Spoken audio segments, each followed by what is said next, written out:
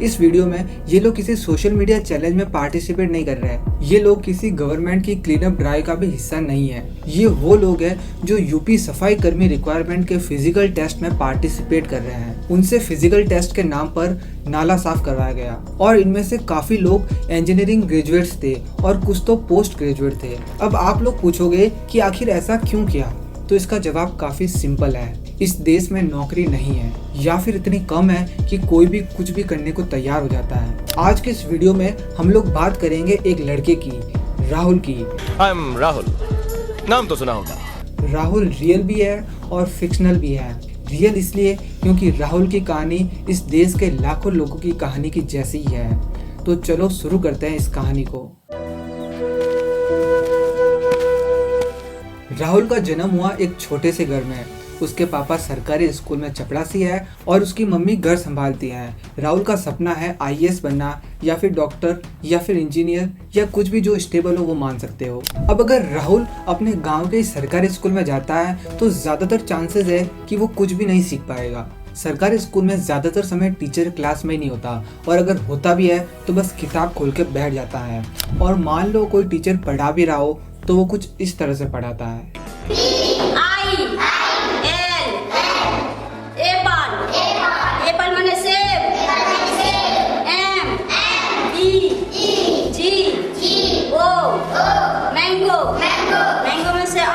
ASER 2024 की report कहती है कि गांव में सरकारी स्कूल में पढ़ने वाले बच्चे जो क्लास 8 में पढ़ते हैं उनमें से 50% से ज़्यादा सिंपल से डिवीज़न को सॉल्व नहीं कर पाते। 12 साल पढ़ाई करने के बाद भी इंग्लिश नहीं बोल पाते क्योंकि उन्हें वैसा एनवायरनमेंट ही नहीं मिला। मैंने खुद ने 3 महीने गवर्नमेंट स्कूल में इंटर्नशिप की है और इनमें से काफ़ी कुछ चीज़ें अपनी आंखों से देखी है। अब क्योंकि सरकारी स्कूल में पढ़ाई नहीं हो रही तो राहुल को एग्जाम में पास होने के लिए किताबें रटनी पड़ेगी या फिर कोई दूसरा रास्ता अपनाना पड़ेगा। मेरा देश बदल रहा है, आगे बढ़ रहा है। मेरा देश बदल रहा है, आगे बढ़ रहा है। A+B का whole square, triangles, rivers of India, history book, ये सब राहुल रट रहा है। बट इसका रियल लाइफ में क्या यूज है ये किसी को नहीं पता, ना ही प्रिंसिपल को, ना ही टीचर को और ना ही बच्चे को। बस खाली पढ़ाया जा रहा है। हो सकता है इसका कुछ मतलब हो बट आप खुद ट्राई करके देखना, ये किसी को नहीं पता होगा। हर किसी को सेम सिलेबस और सेम चीज सिखाई जाती है बिना उसकी कैपेबिलिटी को देखे। और क्रिएटिविटी का तो दूर दूर तक कोई मतलब ही नहीं होता। अब अगर आप एक लाइन में शेर, सांप, मछली, हाथी इन सबको खड़ा कर देंगे और उनको कहेंगे पेड़ पर चढ़ो, उनको तो जिंदगी भर यही लगेगा ना कि वो किसी काबिल नहीं है। द्रोणाचार्य ने भी पांडवों को उनके स्किल्स के हिसाब से चीजें सिखाई थी। बट हमारे एजुकेशन सिस्टम में ज्यादा ऑप्शन ही नहीं है। सबसे पहले आता है साइंस और उसके बीच में कहीं आता है कॉमर्स और आर्ट्स तो सबसे नीचे है। अगर आप आर्ट्स गलती से ले भी लेते हो ना तो आपको ऐसे देखा जाता है जैसे आप किसी काम के नहीं हो। हर माँ बाप को अपने बच्चों को इंजीनियर या डॉक्टर ही बनाना है। खैर अब हम राहुल की कहानी पर वापस आता है। अब अगर राहुल किसी तरह स्कूल को पास कर देता है तो हो सकता है कि वो भी उन लाखों बच्चों की तरह आईआईटी की रेस में शामिल हो जाए जहां 11 लाख बच्चे सिर्फ 17,000 सीट के लिए एग्जाम देते हैं। आईआईटी निकला तो ठीक, नहीं तो प्राइवेट कॉलेजेस तो है ही जो सिर्फ नाम की इंजीनियरिंग डिग्री बांटते हैं। फीस इन कॉलेज की होती है लाखों में, बट राहुल तो एक मिडिल क्लास फैमिली से है। अब उसके पास 2 रास्ते हैं, या तो उसके पापा लोन ले या फिर अपनी जमीन बेच दे। अब 4 साल बाद राहुल के पास डिग्री तो है बट स्किल्स नहीं है। वीबॉक्स इंडिया स्किल्स रिपोर्ट 2024 के मुताबिक सिर्फ 45% ग्रेजुएट ही अपने अपने फील्ड में जॉब के लिए एम्प्लॉयबल है और 55% लोग जिन्होंने 4 साल और लाखों रुपए लगाए टेक्निकली अनफिट है उस जॉब के लिए जिसके लिए उन्होंने 4 साल तक पढ़ाई की। एक तो इसी पर गंभीर चर्चा होनी चाहिए कि लाखों की फीस लेकर इतने नालायक इंजीनियर कैसे पैदा हो रहे हैं और फिर ये कॉलेज चल कैसे रहे हैं। जब इन्हें नौकरियां नहीं मिल रही इंजीनियरों की तो फीस क्यों नहीं कम हो रही है। अब जिन लोगों को कॉलेज से प्लेसमेंट नहीं मिलेगी वो जाएंगे सरकारी नौकरी की रेस में, क्योंकि यहाँ पर मिलेगी स्टेबल सैलरी और पेंशन।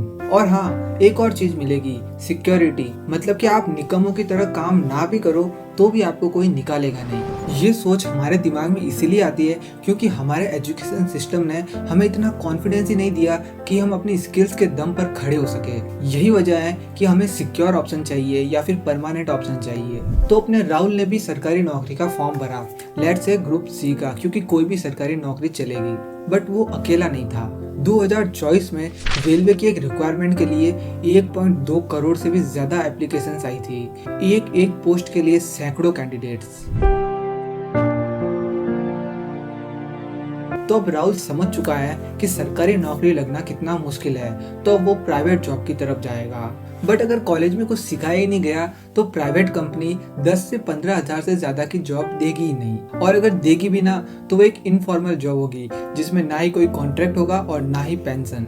CMIE के डेटा के मुताबिक इंडिया में 83% से ज्यादा वर्कफोर्स इनफॉर्मल सेक्टर में है। ना सिक्योरिटी ना ही पेंशन, मतलब अगर कल को कंपनी तुम्हें बोल दे कि कल से मत आना तो कुछ भी नहीं कर सकते। लेकिन बेरोजगारी के प्रेशर की वजह से राहुल को इन जॉब के लिए इंटरव्यू करना ही होगा। इसी डेस्परेशन का फायदा उठाने के लिए कुछ लोगों ने फेक जॉब का व्यापार शुरू कर दिया। बेरोजगार लोगों को चूना लगाने के लिए पहले तो अखबार में फेक इश्तिहार दिए जाते हैं, और जब कोई इन इश्तिहारों को पढ़कर इनके झांसे में आता है तो ये लोग नौकरी के नाम पर उनसे पैसे वसूल लेते हैं। देश भर में पुलिस ने ऐसे कई जगहों पर छापेमारी की है जहां पर लोग नौकरी दिलाने के नाम पर ठगी का धंधा कर रहे थे। बेरोजगार लोगों को चूना लगाने के लिए पहले तो अखबार में नौकरी के इश्तिहार दिए जाते, और जब कोई इन इश्तिहारों को पढ़ने के बाद इनके झांसे में आ जाता तो ये उससे नौकरी के नाम पर पैसे वसूल लेते। नोएडा में एक केस हुआ था जिसने सबको चौंका दिया, क्योंकि वहां के कॉल सेंटर को चलाने वाला मास्टरमाइंड सिर्फ 10वीं पास था। नोएडा में पुलिस ने एक ऐसे कॉल सेंटर पर छापेमारी की जहां लोगों को नौकरी दिलाने के नाम पर ठगी का धंधा चल रहा था। चौंकाने वाली बात यह है कि पूरे फर्जीवाड़े का मास्टरमाइंड खुद 10वीं पास है। जुगाड़, मैं समझता हूँ शायद ऐसा इनोवेटिव इंडिया दुनिया में कहीं नजर नहीं आएगा। अब बेरोजगारी की वजह से राहुल के साथ दो चीजें हो सकती है। पहला तो वो कर्ज में डूब जाएगा, जिस वजह से उसके माता पिता को अपनी पेंशन से या फिर बची कुची जमीन बेचकर उसका कर्ज उतारना पड़ेगा। इससे भी बुरा केस ये होगा कि नौकरी ना मिलने की वजह से राहुल किसी क्रिमिनल एक्टिविटी में इन्वॉल्व हो जाए। अब राहुल की स्टोरी तो आप सब लोग जान गए हैं, बट असली सवाल ये है कि राहुल जैसे लोग यहाँ ऐसी हालत तक आखिर पहुँचते क्यों हैं? इसका रूट कॉज फाइंड करने के लिए हमें थोड़ा सा पीछे जाना होगा। जब अंग्रेज हम पर रूल कर रहे थे तो ईस्ट इंडिया कंपनी के सामने मेजरली दो प्रॉब्लम्स थी। पहला कम्युनिकेशन विद इंडियंस और दूसरा उन्हें क्लर्क्स और वर्कर्स की जरूरत थी। तो इस प्रॉब्लम को सॉल्व करने के लिए थॉमस बेबिंगटन मैक्यूले ने इंग्लिश एजुकेशन एक्ट 1835 दिया, जिससे उनके दोनों पर्पस पूरे हो गए। पहला तो उन्हें बंदे चाहिए थे जो चुपचाप क्लर्क की डेस्क पर बैठकर अपना काम करे, ना ज्यादा क्वेश्चन करे और ना ही ज्यादा क्रिएटिव बने। और दूसरा कम्युनिकेशन इन इंग्लिश, वो सिस्टम आज भी चल रहा है, बस एक नए कवर के अंदर। सोचो रशिया, चाइना या फ्रांस में इंग्लिश को लेकर इतना ऑब्सेशन नहीं है जितना कि इंडिया में है। वहाँ लोग अपनी भाषा में पढ़ते हैं, सोचते हैं और इन्वेंट करते हैं। बट हमारे यहाँ पुअर इंग्लिश का मतलब पुअर कम्युनिकेशन स्किल्स बना दिया। जिसे इंग्लिश ना आए मतलब उसे कुछ भी नहीं आता, जबकि इंग्लिश ना आने का मतलब ये है कि उसे कोई दूसरी लैंग्वेज आती है। Sir, flood is the Himalaya Parvat, a very rainfall, and this is the China, this is the world war, and you have do not Narendra Modi. What is this? Cancel. I know. Japan, Rus, and Russia. और रट्टा तो system की नींव है। रट्टा मार, हो पटक पटक के सर गिरा दे नॉलेज की दीवार। रट्टा मार, जो जितना ज्यादा रटता है उसके उतने ज्यादा मार्क्स आते हैं, बट नॉलेज अभी भी जीरो ही है। Sir, machines are any combination of bodies so connected that their relative motions are constrained, and by which means force and motion may be transmitted and modified as a screw in its nut. Sanskrit में 95% marks लाने वाला भी संस्कृत नहीं बोल पा रहा। जो भी पढ़ाया जाता है उसका रियल लाइफ में यूज नहीं बताया जाता। लाइक साइन, कॉस, टेन, इन्हें कौन यूज करता है रियल लाइफ में? कोई नहीं। स्कूल में हिस्ट्री की मोटी मोटी बुक्स रटाई जाती है जिसका कोई मतलब नहीं है। एक पतली बेसिक हिस्ट्री की बुक होनी चाहिए बस। अगर बाकी कुछ जानना भी होगा तो मैं गूगल कर लूंगा ना। आजादी के बाद इंडिया ने 0 नोबेल प्राइज जीता है साइंस के फील्ड में, USA 100+। यहाँ पर हमारे साइंटिस्ट की गलती नहीं है, यहाँ पर असली फेलियर हमारे एजुकेशन सिस्टम का है। और सबसे बुरा, वन सिलेबस फॉर ऑल। सभी बच्चों को बस एक ही सिलेबस पढ़ाया जा रहा है बिना ये जाने कि बच्चा आखिर किस चीज में इंटरेस्ट रखता है। जब मैं स्कूल में था तब मुझे SST, पॉलिटी, हिंदी की वो कविता, इन सब में कोई इंटरेस्ट नहीं था, बट मजबूरी में ये सब रटना पड़ता था। और आज लाइफ में मुझे इनसे कोई भी चीज काम नहीं आ रही। ये बस मेरे साथ नहीं, यही होता है राहुल जैसों के साथ भी। जो स्कूल में नालायक था वो बस उस पर्टिकुलर फील्ड में था। अगर राहुल कुछ और करता तो शायद वो एक जीनियस होता। हमारे नेता जानते हैं कि लोगों में ये फ्रस्ट्रेशन है, तो वो क्या करते हैं? प्रॉब्लम को सॉल्व करते हैं? जी नहीं, डिस्ट्रैक्ट करते हैं। गरीब अगर अनपढ़ रहेगा तभी तो भेड़ बकरियों की तरह इन नेताओं के इशारों पे चलता रहेगा। और सभी जानते हैं कि यही अनपढ़ लोग इनका वोट बैंक है, जो धर्म और जात के नाम पे वोट देते आए हैं। अब जनता अगर पढ़ लिख गई तो नेताओं के लिए बड़ी समस्या हो जाएगी। नहीं, जब तक हम ये डिबेट कर रहे हैं कि मस्जिद के सामने लाउड स्पीकर बजे या ना बजे, तब तक ये कोई नहीं पूछ रहा कि प्राइवेट स्कूल्स में इतनी फीस क्यों ली जा रही है या फिर गवर्नमेंट स्कूल में पढ़ाई क्यों नहीं हो रही। लेकिन 68% लोग 10,000 महीना कमाते सिर्फ। लेकिन इस बहस किस पर हो रही है? वही ताजिए का जुलूस किधर से निकलेगा, प्रतिमा का विसर्जन का जुलूस किधर से निकलेगा, मस्जिद के सामने लाउडस्पीकर बजे, मंदिर की आरती के सामने अजान क्यों हो रहा है। क्या किसी नेता ने नौकरियां बढ़ाने की मांग की है? जब तक हम किसी एक्टर की पर्सनल लाइफ ट्रैक कर रहे हैं, तब तक ये कोई नहीं पूछ रहा कि IT सेक्टर में ले ऑफ्स क्यों हो रहे हैं। जिनके घरों में शाहरुख खान, सलमान खान, आमिर खान, इन्होंने जो हमारी घरों की दीवारों को लपेट रखा है। और ये सिर्फ एक पार्टी की बात नहीं है। आज से 10 साल पहले भी गवर्नमेंट स्कूल में पढ़ाई नहीं होती थी, अभी भी नहीं हो रही है और आने वाले टाइम में भी नहीं होगी, जब तक कि लोग इस इशू के बारे में अवेयर नहीं होते हैं। 68% इंडियंस सिर्फ 10,000 रुपए महीना कमा रहे हैं। यही मेन सेंट्रल की पॉइंट है राहुल जैसों की पूरी लाइफ का। अब मार्केट में एक और नया विलन एंटर हुआ है, artificial intelligence. Should we automate away all the jobs? Every technological revolution leads to job change, and this will be no exception. Concerns over the rapidly expanding use of artificial intelligence. The danger of AI is much greater than the danger of nuclear weapons. By a lot. WEF के future of jobs report 2025 के मुताबिक 2030 तक 39% core job skills change हो जाएगी। मतलब कि जो आज हम पढ़ रहे हैं वो आने वाले समय में रिलेवेंट होगा, इसकी कोई गारंटी नहीं है। डाटा एंट्री क्लर्क AI कर रहा है, कस्टमर सर्विस चैटबॉट्स कर रहे हैं, basic legal document review AI काफी टाइम से कर रहे हैं। IMF का एस्टिमेट है कि इंडिया में 40% जॉब्स इम्पैक्ट होगी आने वाले कुछ सालों में AI की वजह से। और ये सब सिर्फ टेक जॉब्स नहीं होगी।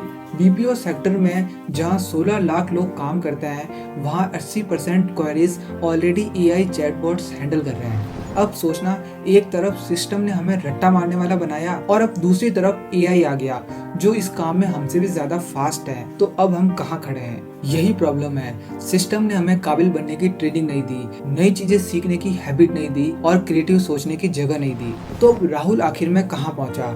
इसकी 3 पॉसिबिलिटीज है। पहला, उसने 5 साल लगाकर गवर्नमेंट जॉब निकाल ली और वो अब स्टेबल है और खुश है, लेकिन 5 साल और उसकी क्रिएटिविटी और वो समय कभी वापस नहीं आने वाला। और दूसरा, उसने एक प्राइवेट सेक्टर में काम किया जहाँ पर उसे 15 से 20 हजार मिलेंगे, ये भी पक्का नहीं है। लोन चलता है, माँ बाप की उम्मीद चलती है। और तीसरा, जो सबसे इम्पोर्टेंट है, उसने ये डिसाइड किया कि वो इस सिस्टम से बाहर जाकर कुछ अलग सीखेगा, यूट्यूब से या फिर ऑनलाइन कोर्सेज से, या फिर अपना कोई नया प्रोडक्ट बिल्ड किया। ये मुश्किल था, कोई गारंटी भी नहीं थी, लेकिन यही एक तरीका था अपनी लाइफ डिफाइन करने का। लेकिन ये तीसरा ऑप्शन सिर्फ उन लोगों के लिए अवेलेबल है जिनके पास इंटरनेट है, टाइम है और 2-3 साल का बफर है फेल होने का। तो अब आखिर हमें करना क्या चाहिए? पहला है एजुकेशन पॉलिसी प्रेशर। जब भी इलेक्शन आए, कैंडिडेट से पूछो कि उसके एरिया के गवर्नमेंट स्कूल का क्या हाल है, कितने टीचर्स हैं, रिजल्ट क्या रहा।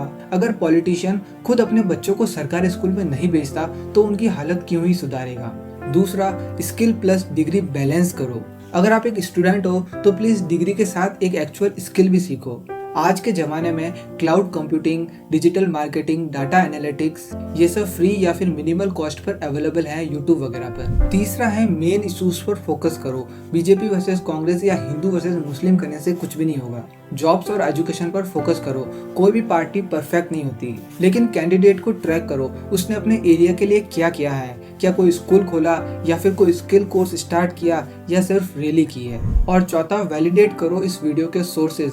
मैं इस वीडियो के सारे सोर्सेज नीचे डिस्क्रिप्शन में दे दूंगा। किसी भी चीज पर आंख बंद करके भरोसा मत करो, इंक्लूडिंग इस वीडियो पर।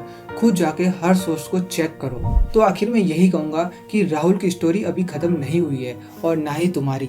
तो अगर ये वीडियो तुम्हें पसंद आई तो इसे एक लाइक करो, चैनल को सब्सक्राइब करो। और ये वीडियो उन लोगों के साथ शेयर करो जो सिर्फ ये सोचते हैं कि सिर्फ मेहनत करने से ही सब कुछ हो जाएगा। सिस्टम तब सुधरता है जब सब लोग साथ मिलकर आवाज उठाते हैं।